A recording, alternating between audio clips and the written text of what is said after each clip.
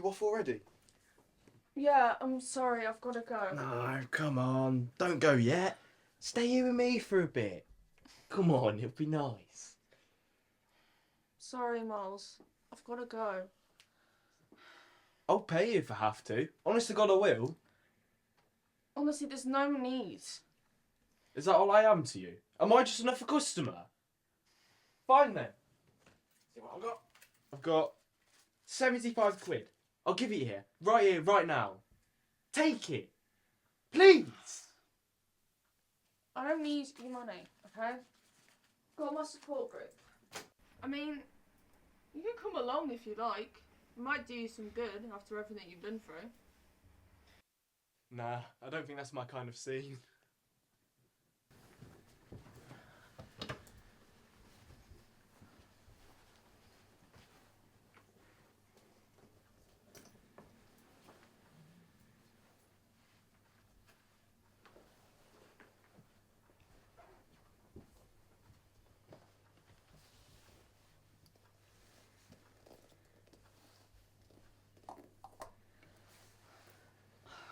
Right then, same time next week.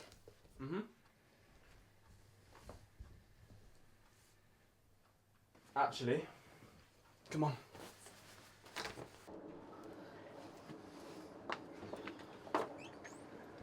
How long is this thing gonna last then? I'm not sure, to be honest. I mean, surely shouldn't be that long.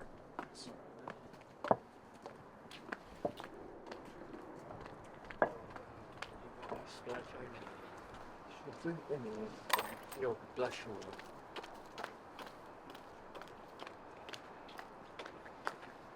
You got any spare change? What you got there then? Not a lot. Right, what's your problem? You're a fucking dirty fucking hobo. Back?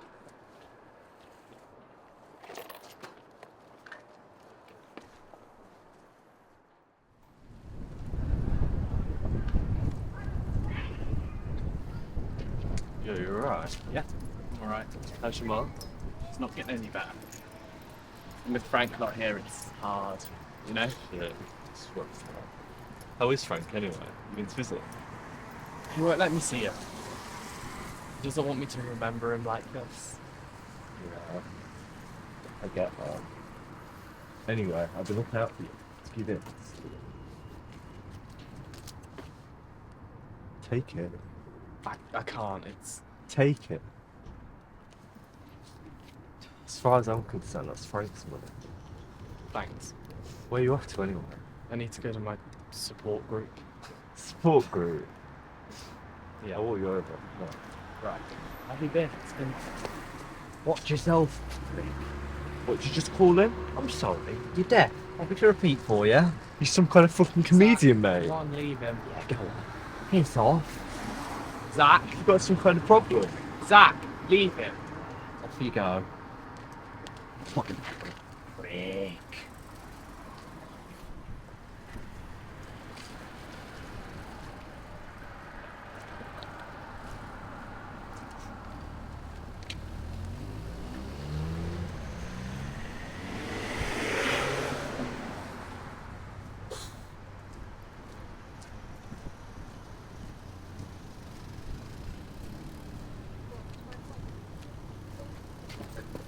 I'm sorry.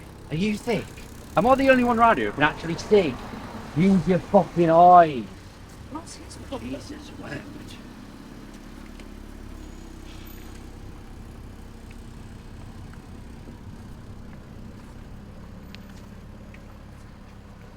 All right, officer. You know what? Not today. This is my one day off and you're not going to be my problem. All right, have a nice day then. Trouble, yeah?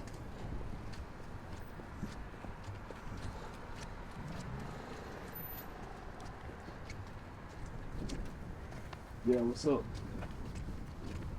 Yeah, I'm just on my way up now. Yeah. Yeah, right. Well, I'm just coming up there now, so I'll call you back in a bit. See you later.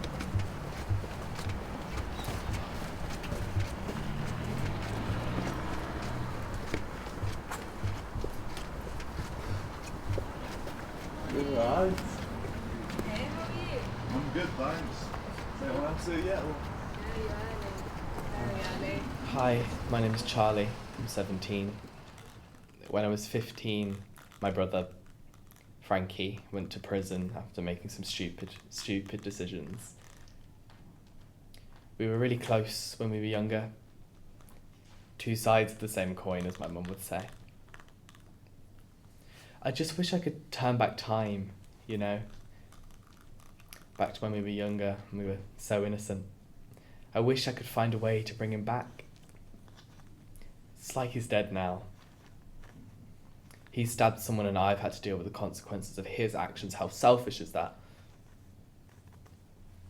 Every night I have these dreams of him being dragged out the house by police.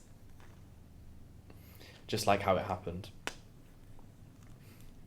It replays in my head every night like clockwork.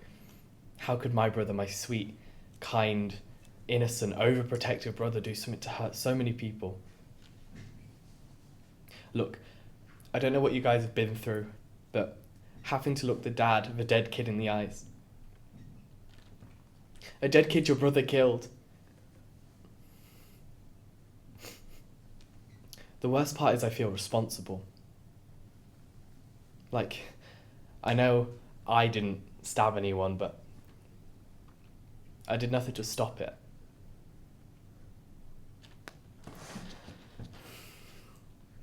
Hi, I'm Nikki, and to be quite honest with you, I didn't know where I was going when I agreed to come to this city.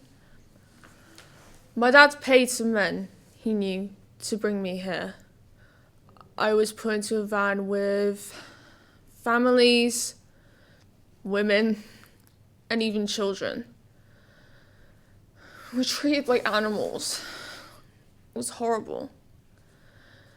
When we got there, where we were taken was like a palace. There were candlelit rooms and there were even satin silks over the beds. Shortly after, I discovered why.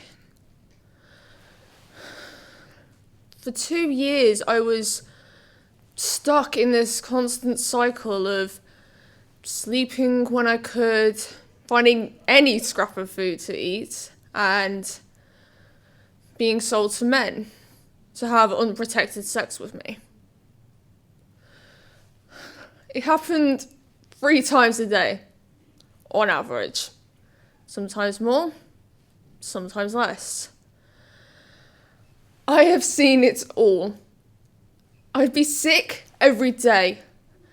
They would drag you into a room with these men. There would be businessmen, captors, and even lonely men. They would beat you if you got pregnant. They would do anything it took to kill any sign of a baby.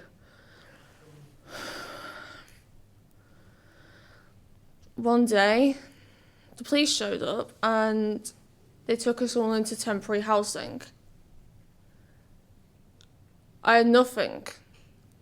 I got a new name and new people to love. I had to get rid of my past. I had no choice.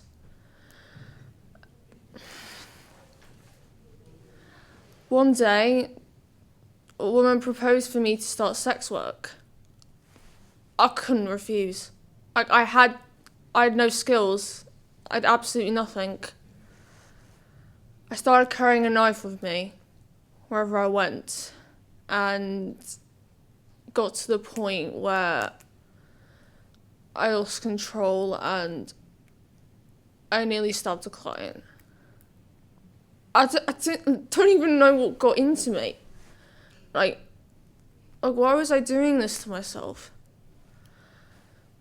I promised myself from that day on I would never ever go back to that.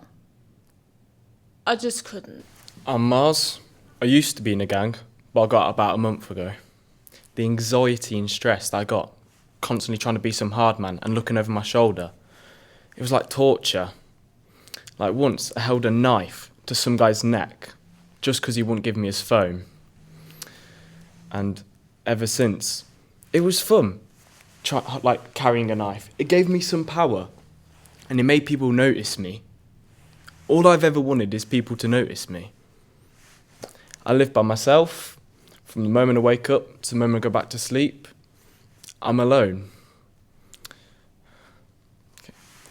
And then one day, I was out in town, nicking off whatever I could, and this guy, he started on me trying to have a scrap, and instinctively, I pulled out my knife, and the fear on his face, and the people around him, he was terrified. And that made me realise, what am I doing? So then, I put the knife away, but I still can't throw it away though.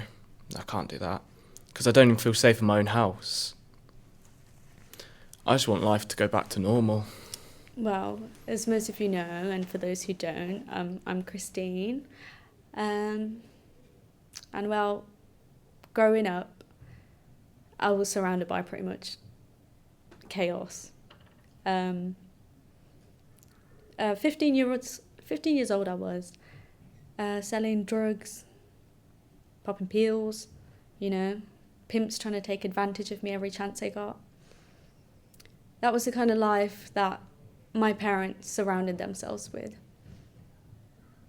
And when I went off to uni, I promised myself, oh, Christine, you're never going to become like them. That's until I fell into depression and anxiety, and before I knew it, I ended up just like them. I think I kind of lost sense of reality for a bit. I didn't know where I was. I would forget where I was going. But, eventually I did get out of it. I got my diploma and I did make it out of that hell. And I want to make sure no one ever feels that way again. Ever. So that's why I'm running this place. I want to make sure people know there's a place you can go and there is light at the end of the tunnel. I'm Meg. For me, life always felt perfect growing up. My parents kept me and my sister in this little bubble. It was really safe. But obviously, things can't be perfect forever. And after what happened to my sister, after I saw what they did to her, that bubble, it didn't just pop, it exploded. I wanted to help her so badly, but there was nothing I could do, and I tried, I really did.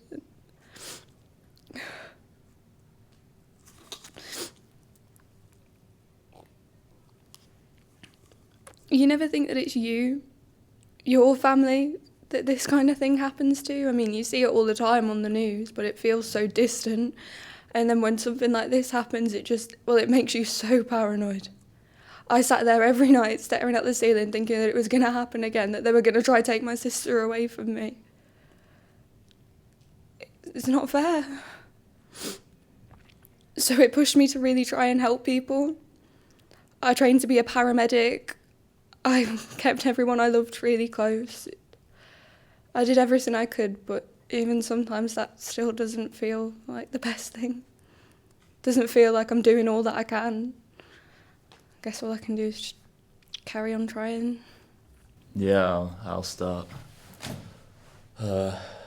Name's Carl. Been with Force for just under 8 years now, and so things that I've seen just had to keep with me because it's just part of the job.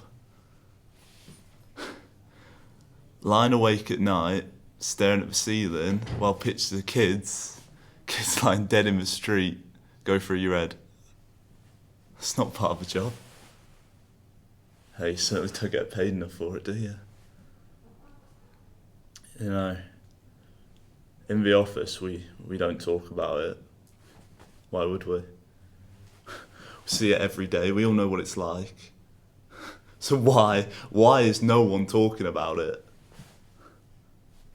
Why am I talking about it? My lad was 13 when I found him. I was on patrol not far from our house, and on the way and found him dead in the street, stabbed 3 times. Now, nothing I do can bring him back, but every day I can put on my uniform and go out, and I can stop some other dad, mum, sister, brother from having to go through what I've had to go through. That's enough. Hi, I'm Sarah. I guess I've always had a strong sense of what's right and wrong. Hard to believe at times, but it's just the way I've been brought up. Me and my sister Meg, we had the most loving parents. I really did try to stay out of trouble, do them proud. But I guess you could just say wrong place, wrong time. No, it's a childish excuse. Anyway, why I'm here. I guess when it happened, my heart just dropped and could have told me it falling straight out my chest. I mean, things like this don't happen to innocent people like me. I was just walking home and, well, I got stabbed. 7 months pregnant I was. I think my adrenaline must have just kicked in, numbed the pain for a cruel minute, for subjecting me to the worst pain imaginable. I just looked down and I saw blood. I lay on the side of the road pleading with some higher power to save my baby. But I guess God works in mysterious ways, or whatever it is they say. And the worst thing about it, I can't try again. Next.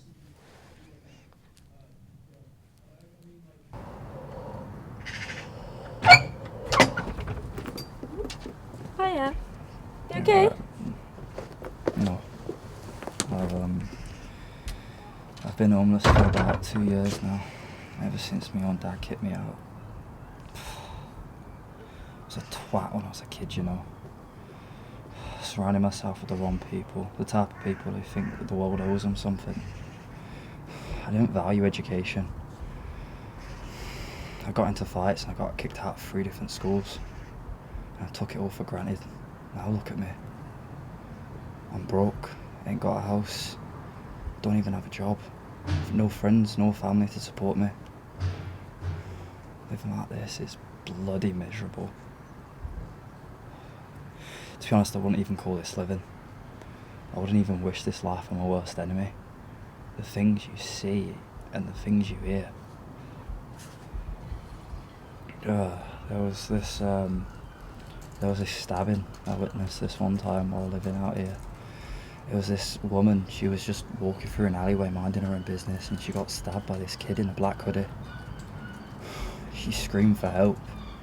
I went over to see what I could do, but there was nothing I could do. I went around asking for help, but nobody would believe me.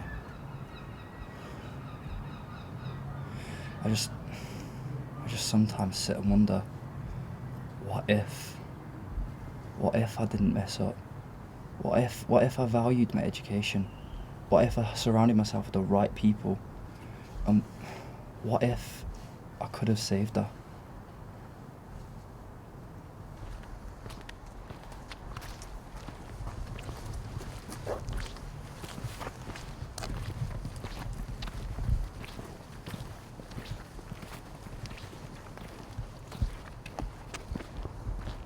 What are you doing here? Do you think this is a game? Do you think you can just walk away? We were brothers, you and I. We shared everything. Our struggles, our dreams, and now you've gone and turned your back on me. On us. We were gonna have everything, bro. But you chose to sell us out for a bit of cash, for a bit of safety. You think these people care about you? They don't give a fuck about you. But I won't forget. Betrayal cuts deeper than any knife ever could.